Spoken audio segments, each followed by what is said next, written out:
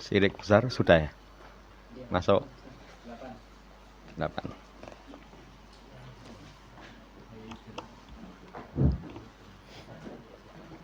Assalamualaikum warahmatullahi wabarakatuh. Innal hamdalillah nahmaduhu wa nasta'inuhu wa nastaghfiruh wa na'udzu billahi min sururi anfusina wa sayyiati a'malina may yahdihillahu fala mudilla lahu wa may yudlilhu fala hadiya lahu wa asyhadu an la ilaha illallah wahdahu la syarika lah wa asyhadu anna Muhammadan abduhu wa rasuluh. Allahumma shalli ala Muhammad wa ala ali Muhammad. Allahumma anfa'na bima 'allamtana wa 'allimna ma yanfa'una wa zidna ilma. Ma'asyiral muslimin rahimani wa rahimakumullah.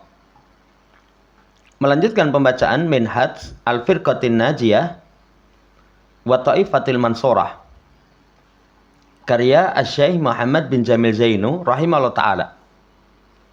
Masih dalam pembahasan Asyirkul Akbar wa Anwa'uhu, kesirikan-kesirikan yang besar, kemudian jenis-jenisnya. 7 poin telah kita baca di pertemuan yang lalu. Pertama, syirik dalam masalah doa. Kedua, syirik dalam masalah sifat Allah. Meyakini para nabi, orang soleh, memiliki sifat Allah sebagaimana sifat Allah Subhanahu wa ta'ala, seperti diyakini mengetahui perkara yang gaib. Kemudian yang ketiga, syirik dalam masalah cinta. Yang keempatnya, syirik dalam masalah taat. Yang kelimanya, syirik dalam masalah al-hulul, meyakini Allah itu menyatu dalam makhluknya. Yang keenamnya, syirik tasarruf, keyakinan sebagian wali punya kemampuan untuk mengatur urusan-urusan yang ada di alam semesta. Yang ketujuhnya, syirik khauf. Masa yang ke-8, kesirikan yang besar itu syirkul hakimiyati, syirik dalam masalah hakimiyah. Wa huwa alladhi yusdirul qawaninal al-muhalifata lil Islam wa yujizuha. Syirik hakimiyah itu memunculkan undang-undang menyelisih Islam, kemudian diyakini boleh. Jadi kalau seorang mengadakan aturan yang menyelisih Islam, kemudian dia katakan boleh, itu syirik dalam masalah hakimiyah. Au yara, ada masalahiyati hukmil Islam, atau memandang hukum Islam itu tidak ada kebaikan. Pertama, meyakini boleh. Yang kedua, meyakini hukum Islam itu tidak mengandung kemaslahatan. Kalau mau ditambahkan, meyakini hukum Islam dengan selain hukum Islam sama. Jamaah hormati, itu syirik. Lah, kesyirikan dalam masalah hakimiyah ini yasmulul hakima wal mahkuma, hakimnya yang dihukumi. Kenapa ini disampaikan? Karena kadang syirik dalam masalah hakimiyah itu dipandang hanya bagi hakimnya, penguasanya langsung dicap melakukan syirik besar, murtad. Tapi orang yang berhukum dengannya tidak. Padahal mencakup yang menghukumi dan yang dihukumi. Dengan catatan, idza i'taqadahal mahkum wa radiya biha. Yang dihukumi itu meyakini tentang kebolehan, meyakini lebih baik dari syariat Islam, meyakini syariat Islam tidak ada kemaslahatan, meyakini syariat Islam itu dengan aturan selain Islam sama. Kemudian dia ridho, maka terjatuh pada kesyirikan yang besar. Ini poin yang ke-8. Semoga Allah Subhanahu wa taala berikan taufik untuk kita kaum muslimin dan semua itu berhukum dengan hukum Allah Subhanahu wa taala. Allahumma amin. Yang kesembilan sekarang. Asyirkul akbar yuhbitul amala. Kesyirikan yang besar itu menghapus seluruh amal. Makanya bahayanya melakukan syirik besar. Satu kesyirikan besar, semua amalan hapus. Penulis membawakan surat Az-Zumar ayat yang ke-65. Kata Allah, walaqad uhiya ilaika wa ilal ladzina min qablika la in asrahta la yahbatana amaluka wala takunanna minal khasirin. Sungguh diwahyukan kepadamu dan kepada orang-orang sebelummu, kalau kamu berbuat syirik, sungguh akan hapus seluruh amalanmu dan sungguh-sungguh kamu menjadi orang yang merugi. Sisi pendalilan kesyirikan besar menghapus amal itu dari kalimat la in asrakta la yahbatanna amaluka. Ada lam taukid, ada nun taukid. Sungguh-sungguh akan hapus amalanmu. Semua amal syirik besar hapus. Karena di situ amaluka mufrad mudhaf. Amal mufrad, jamannya nanti amal. Kemudian diidhofahkan, memberikan pelajaran umum. Satu kesyirikan besar, seluruh amalan hapus. Makanya orang hati-hati berkaitan dengan syirik. Kemudian ditutup ayatnya, wala takunanna minal khasirin. Dan sungguh-sungguh kamu akan menjadi orang yang merugi. Ini poin yang ke-9. Saudaraku yang saya hormati, berarti poin pertama sampai poin 8 hindari.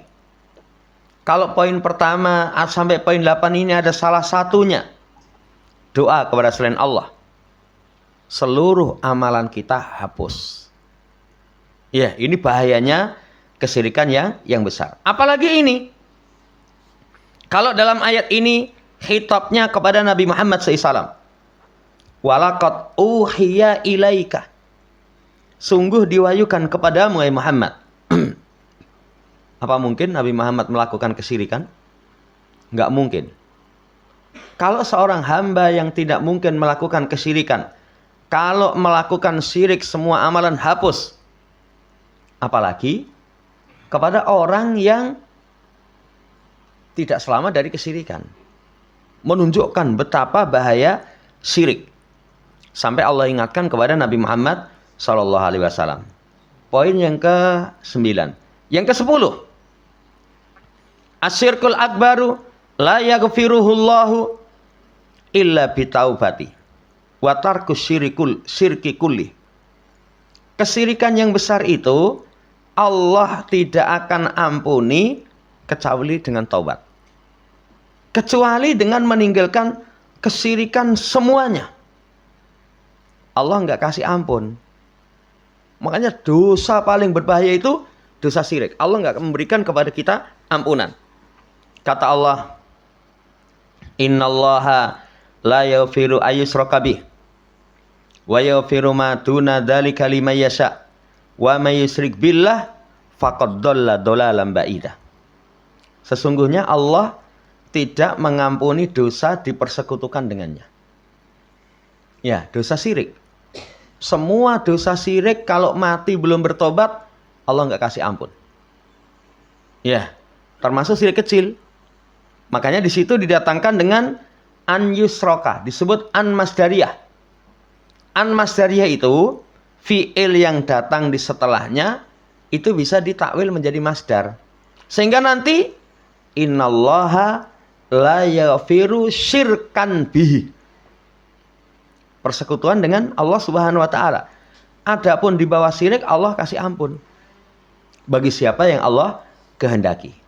Ini bahayanya kesyirikan, mati belum bertobat, itu Allah Subhanahu wa taala tidak memberikan ampunan. Maka taubat paling penting itu taubat dari syirik. Karena kalau mati membuat dosa syirik, Allah Subhanahu wa taala tidak memberikan ampun. Adapun dosa yang di bawah syirik, itu ala masyiatillah, sesuai dengan kehendak Allah. Kalau Allah berkehendak mengadab, itu sebagai bentuk keadilan. Kalau Allah berkehendak memaafkan, pemaafan Allah itu mewujudkan tentang kasih sayang dan rahmat Allah kepada hambanya. Jamaah hormati, ini poin yang ke-10. Ditutup ayat ini, siapa yang mensekutukan Allah, sungguh dia telah sesat dengan kesesatan yang jauh. Sekarang yang ke-11. Walisirki anwa'un kathiratun. Syirik itu jenisnya sangat banyak. Ada yang besar, ada yang kecil. Ada yang besar, ada yang kecil. Yajibul hadru minha. Seseorang wajib waspada. Wajib waspada. Ala mana Rasul sallallahu alaihi wasallam an-naqula, maka Rasul ajarkan kepada kita supaya selamat dari kesyirikan besar kecil itu dengan berdoa. Dengan berdoa. Apa doa yang Rasul SAW ajarkan? Allahumma inna na'udzubika min an nusyrika bika syai'an na'lamuhu wa nastaghfiruka lima la na'lam. Doa ini dihafalkan ini. Ini penting sekali. Ya Allah, sesungguhnya kami berlindung kepadamu dari mensekutukanmu sesuatu yang kami tahu. Dan kami mohon ampun kepadamu dari mensekutukanmu yang kami tidak tahu.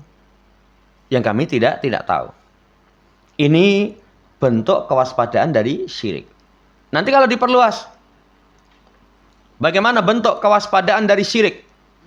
Pertama, belajar tauhid yang benar, sehingga selamat dari kesyirikan. Yang kedua, belajar tentang syirik. Karena orang kalau nggak tahu syirik, kejeglong syirik, dia tidak sadar. Yang kedua, belajar tentang kesyirikan. Yang ketiga, doa. Yang ketiga, doa. Ini jalan selamat dari kesyirikan. Yang keempat, mengingat bahaya syirik.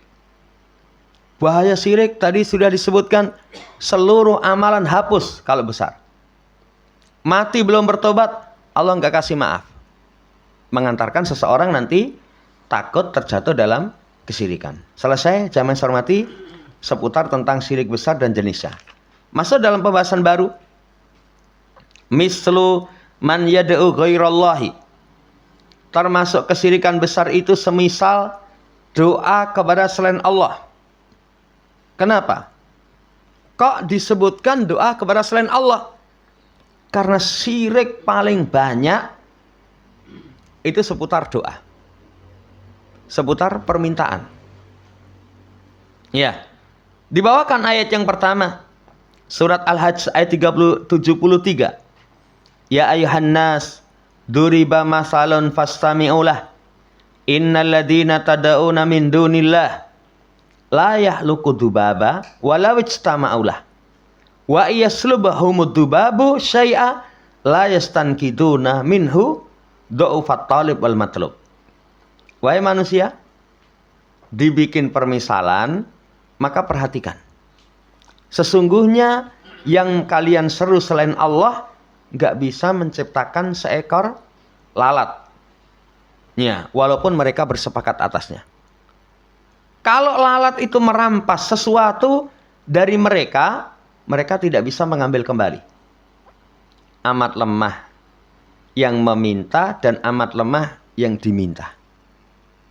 Ini perhatikan. Kalau orang doa kepada selain Allah Subhanahu wa taala, itu kesesatan dengan kesesatan yang sangat jauh. Kenapa? Pertama, selain Allah nggak bisa mencipta. Lah kalau nggak bisa mencipta, bagaimana bisa memberi? Kalau nggak bisa mencipta, bagaimana kalau disembah? Syarat disembah itu bisa mencipta. Kan di surat Al-Baqarah ayat 21, ya ayuhan nasu ubudu rabbakumul ladzi khalaqakum walladzina min qablikum la'alakum tattaqun. Hai manusia, sembahlah Rabb kalian. Apa sifat Rabb yang kita sembah itu? Yang menciptakan kalian dan orang sebelum kalian. Sifat sesembahan itu bisa mencipta. Nyembah selain Allah nggak bisa mencipta. Salah jalan. Kalau nggak bisa mencipta, nggak bisa memberi. Kemudian Allah kasih permisalan, nggak bisa mencipta seekor lalat. Lalat itu permisalan berkaitan dengan makhluk yang kecil, rendah, hina. Kan laler. Kecil, rendah, hina. Itu pun mereka nggak bisa. Bahkan Allah kasih permisalan lemahnya itu, kalau lalat itu merampas sesuatu dari mereka, mereka nggak bisa rebut kembali. Reco, sajeni. Sajeni itu dipangani laler. Walaupun recone itu kalungan ulo, nyekel godo gede, tangan itu keker, nggak bisa itu, ngaplok laler itu. Amat lemah. Amat lemah. Makanya kata penulis, yuhatibullahu an-nasa jami'a ayastami'u lihadal masalil azim, lihadal misril azim, qailan lahum. Allah mengajak bicara manusia semuanya untuk memperhatikan permisalan yang besar ini dengan mengatakan inna haula'il auliya. Ya. Dengan ucapan kepada mereka, wali-wali orang soleh dan selain mereka itu yang kalian seru ketika dalam kondisi sulit. Liyusaidukum, untuk membantu kalian, la yastati'una ayyaf'alu dzalika. Mereka enggak mampu melakukan itu. Selain Allah itu, ajizuna ayyahluku syai'a. Mereka lemah untuk bisa menciptakan sesuatu dari makhluk. Seperti lalat, belas ora iso. Ya, bahkan ketika aradat dubabu an yasruba syai'an min ta'amihim aw syarabihim, kalau lalat itu ingin merampas sesuatu dari makanan dan minuman mereka, mereka nggak mampu untuk membebaskan diri dari lalat itu. Apa yang mereka ambil? Ini menunjukkan bukti lemahnya mereka, lemahnya lalat. Lalu bagaimana mereka seru selain Allah Subhanahu wa ta'ala? Permisalan ini pengingkaran keras kepada orang yang berdoa kepada selain Allah. Doa kepada para nabi, para wali, atau selainnya. Poin yang pertama, menjelaskan kepada kita doa kepada selain Allah itu batil. Poin yang kedua, Allah Subhanahu wa ta'ala katakan lahu da'watul haq walladzina yad'una min dunihi la yastajibuna lahum bisyai'in illa kabasiti kafai ilal ma liyablugha fahu wa ma huwa bibalighi wa ma du'aul kafirin illa fidolal. Bagi Allah seruan kebenaran yang mereka seru selain Allah tidak bisa mengabulkan sesuatu untuk mereka, kecuali seperti orang yang membuka dua telapak tangannya kepada air untuk sampai kepada mulutnya. Jadi ada air, minum. Itu air itu nggak akan sampai kepada dirinya. Doa orang yang kafir itu sungguh dalam kesesatan yang nyata.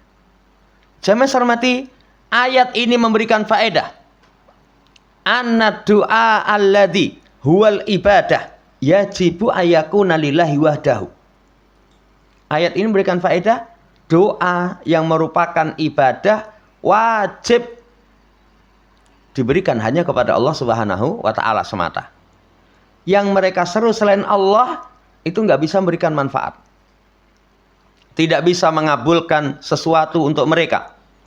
Permisalannya seperti orang yang berdiri ala tarafil bi'ri, di ujung sumur, untuk mengambil air dengan tangannya tapi nggak mampu.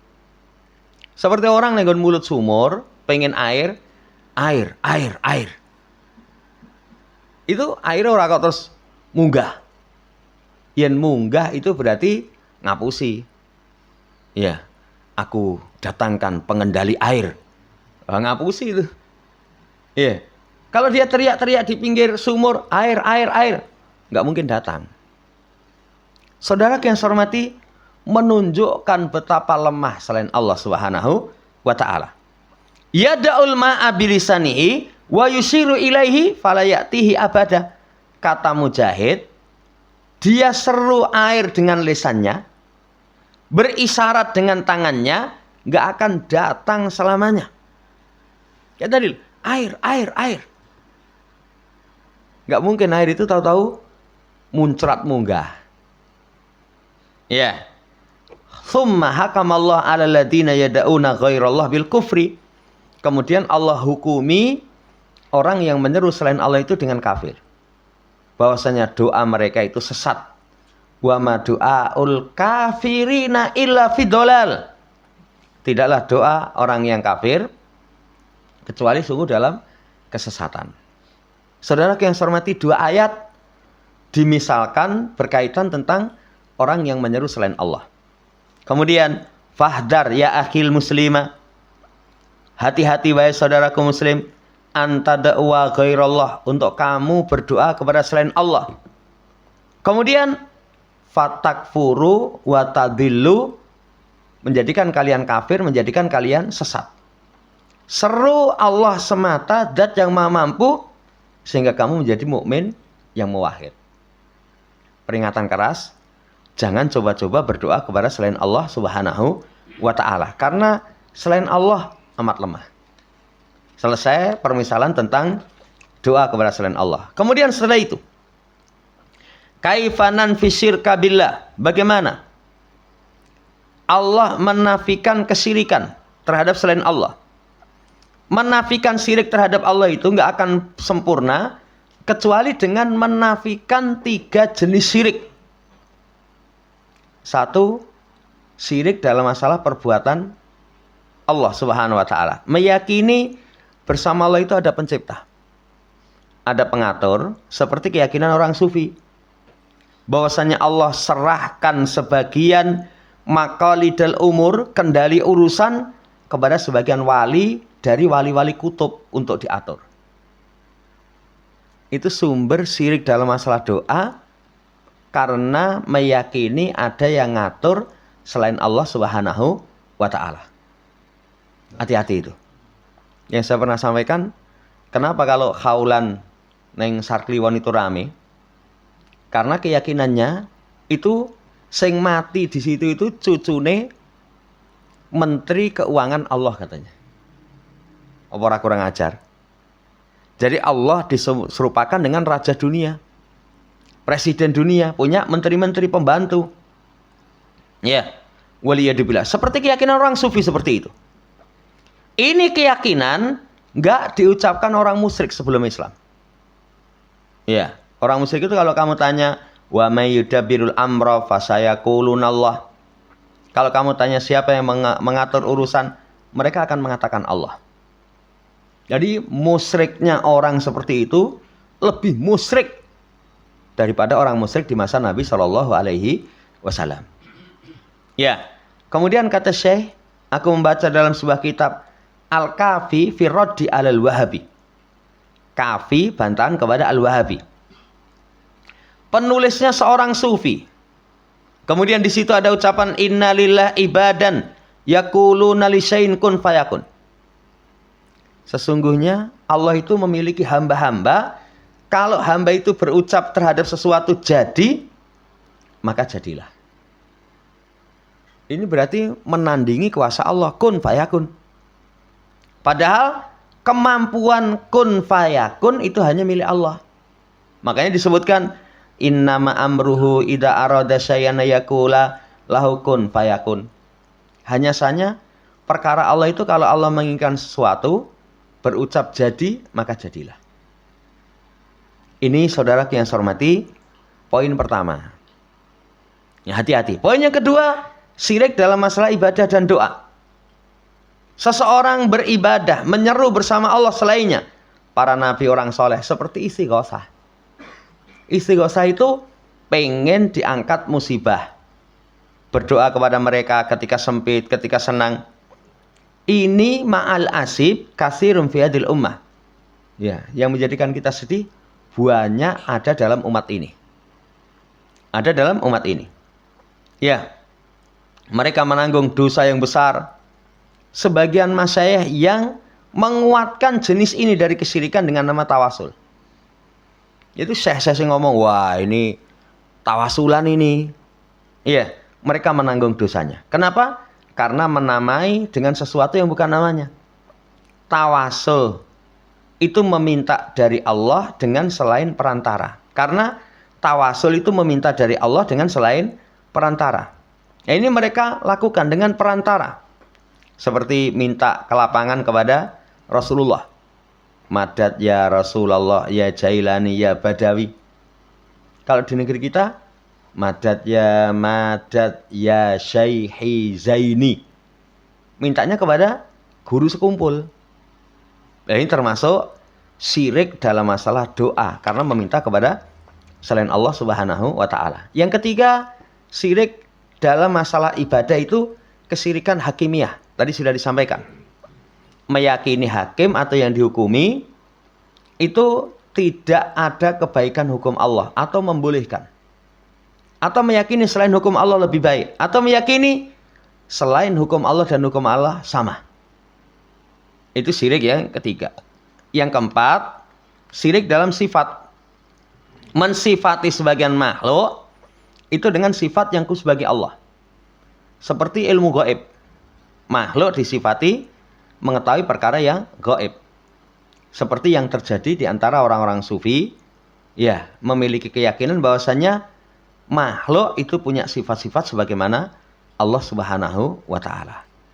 Ya, ini 4 ini sudah didetailkan pada poin sebelumnya. Ini cuma ringkasan berkaitan tentang kesyirikan. Wallahu ta'ala alam. Ini dulu, insya Allah nanti lanjut pada pertemuan yang akan datang berkaitan tentang man huwal muwahhid. Siapa muwahhid itu? Wallahu ta'ala alam. Demikian, sebelum ditutup barangkali yang ditanyakan.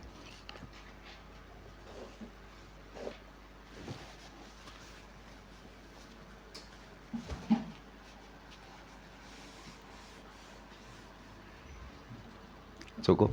Subhanakallahumma rabbana bihamdika asyhadu an la ilaha illa anta astaghfiruka wa atubu ilaik. Assalamualaikum warahmatullahi wabarakatuh.